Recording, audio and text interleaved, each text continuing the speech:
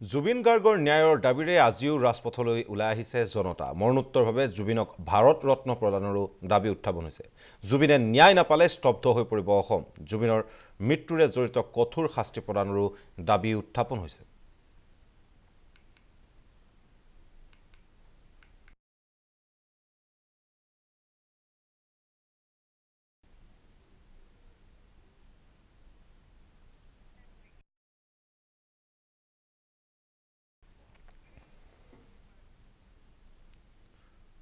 আৰু জুবিন দা আমাৰ মাজৰ পৰা হেৰাই যোৱাৰ আজি নৱমটো দিন। নলবাৰীৰ জুবিনৰ অনুৰাগীয়ে সমাপন কৰিব মৃতকৰ কৰ্ম। থুটি কাটাৰ কংকন দাসে কৰি গৈছে মৃতকৰ সকলো কৰ্ম। জুবিনৰ মৃত্যুৰ বাবে দায়ী ব্যক্তিৰ শাস্তিৰ দাবীত উত্থাপন কৰিছে কংকনে। সতীৰ্থ চন্দন শৰ্মাৰ এক প্ৰতিবেদন আপোনালোকলৈ আগবঢ়াই আজিৰ জিলাৰ খবৰৰ পৰা মই দেৱপ্ৰতিমে বিদায় মাগিছোঁ।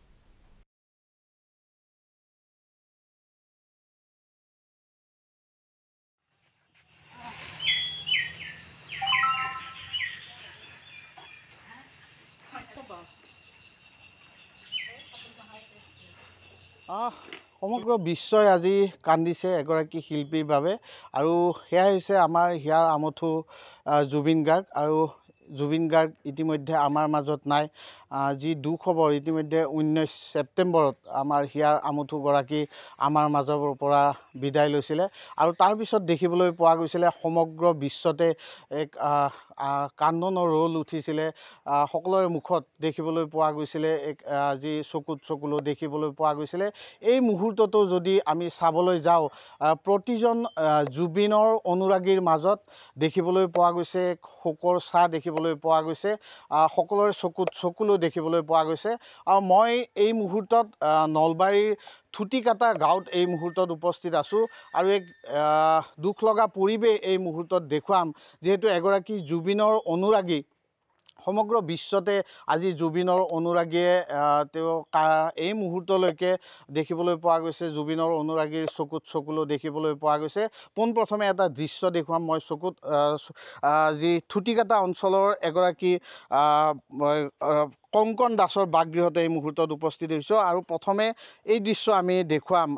যিহেতু জুবিন অনুৰাগী কংকনৰ বাসগৃহত এনেধৰণে জুবিনক প্ৰতিটো দিনে ৰাতিপুৱাই হওক বা সন্ধিয়া সময়তে হওক এগছি বন্তি জ্বলাই বা ধূপ জ্বলাই তেওঁক শ্ৰদ্ধা নিবেদন কৰা দেখিবলৈ পোৱা যায়। আৰু যিহেতু 19 ছেপ্টেম্বৰত জুবিনে প্ৰায় ক'ব লাগিব এক প্ৰকাৰ জুবিনক হত্যা কৰা হৈছিলে। ইতিমধ্যে তদন্ত প্ৰক্ৰিয়া চলি আছে আৰু তাৰ পিছৰে পৰা জুবিনৰ অনুৰাগীসকলে এনেধৰণে বাসগৃহত জুবিনক এনেধৰণে শ্ৰদ্ধাঞ্জলি নিবেদন কৰা দেখিবলৈ পোৱা গৈছে। কিন্তু এই ক্ষেত্ৰত কংকন দাস যি থুটিকাটাৰ কংকন দাসে ইতিমধ্যে জুবিনৰ মৃতকৰ যিখিনি তেওঁৰ যিখিনি কাম সেই কাম তেওঁ ইতিমধ্যে কৰা দেখিবলৈ পোৱা গৈছে। পোনে পোনে কংকনৰ ওচৰলৈ আহিছোঁ। ইতিমধ্যে কংকনৰ পোচাকত আমি ধৰিব পাৰিছোঁ যিহেতু তেওঁ পিতৃ হিচাপে হিয়াৰ আমঠুগৰাকীক তেওঁ পিতৃ হিচাপে তেওঁক মানি লৈছিলে তেওঁক দেখিবলৈ পোৱা গৈছিলে। আৰু সেইগৰাকী পুত্ৰ কংকন দাস জুবিনৰ একমাত্ৰ জুবিনৰ পুত্ৰ বুলি ক'ব লাগিব। এই মুহূৰ্তত কংকন দাসে এনেধৰণে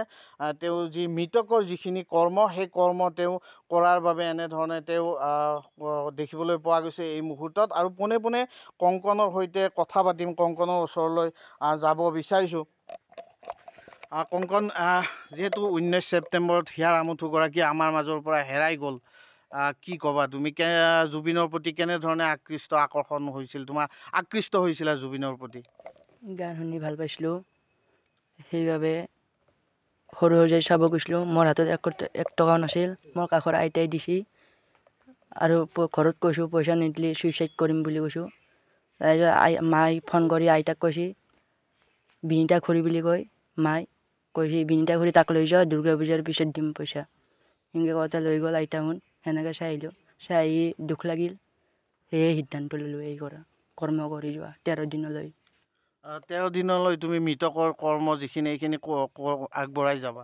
আগবঢ়াই যাম 13 দিনলৈ। কেনেধৰণে জুবিনৰ প্ৰতি আকৰ্ষিত হৈছিলা তুমি জুবিনৰ গান শুনি? জুবিনৰ কি কি গান ভাল পাইছিলা তুমি? মায়াবিনী, এনেকৈ বহুত গান শুনি ভাল পাইছিলোঁ। জুবিনৰ খবৰটো যেতিয়া তেওঁ নোহোৱা খবৰটো পাইছিলা তেতিয়া কেনে লাগিছিল তোমাৰ? বেয়া লাগিছিল। ময়ো খবৰ পাইছোঁ, গাঁৱতে খবৰ পাইছোঁ জুবিন আৰু নাই এনেকৈ খবৰ পাইছোঁ, সেনেকৈ আলোচনা কৰি চাব গৈছোঁ।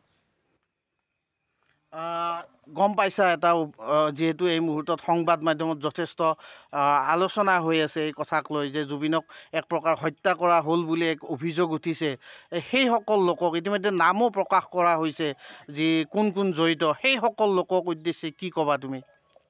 শুনিছোঁ নাম চমকানু মহন্ত, সিদ্ধাৰ্থ শৰ্মা, তাৰপিছত শেখৰ, তাহাঁতক ন্যায় লাগে, উচিত শাস্তি দিব, সিহঁতে যাতে উচিত শাস্তি পায়, সিহঁতে, সেয়ে মই ৰাইজৰ আগত আহ্বান জনালোঁ। মুখ্যমন্ত্ৰীলৈ কি আহ্বান জনাবা? দোষী শাস্তি দিব লাগে।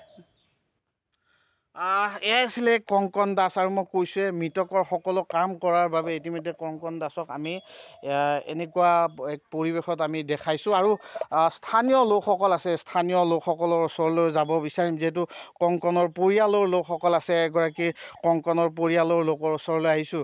যিদিনা জুবিন ঢুকাইছিলে আপুনিও শোকত ম্ৰিয়মান হৈছিলে, এতিয়াও আপোনাৰ চকুত চকু পানী দেখিবলৈ পোৱা গৈছোঁ। জুবিনৰ ওচৰলৈ কংকনক লৈ গৈছিলে সিদিনা, তাৰ হাতত, কংকনৰ হাতত পইচা নাছিলে, আপুনি লৈ গৈছে, কওকচোন। মই কংকনৰ মোৰ ছোৱালীটো আৰু কংকন দিও কান্দি থকা বাবে মই দুখত হৈ যাই পেলাই কংকনক মই লগত লৈ গৈছিলোঁ সৰু সজা লৈ পেলাই।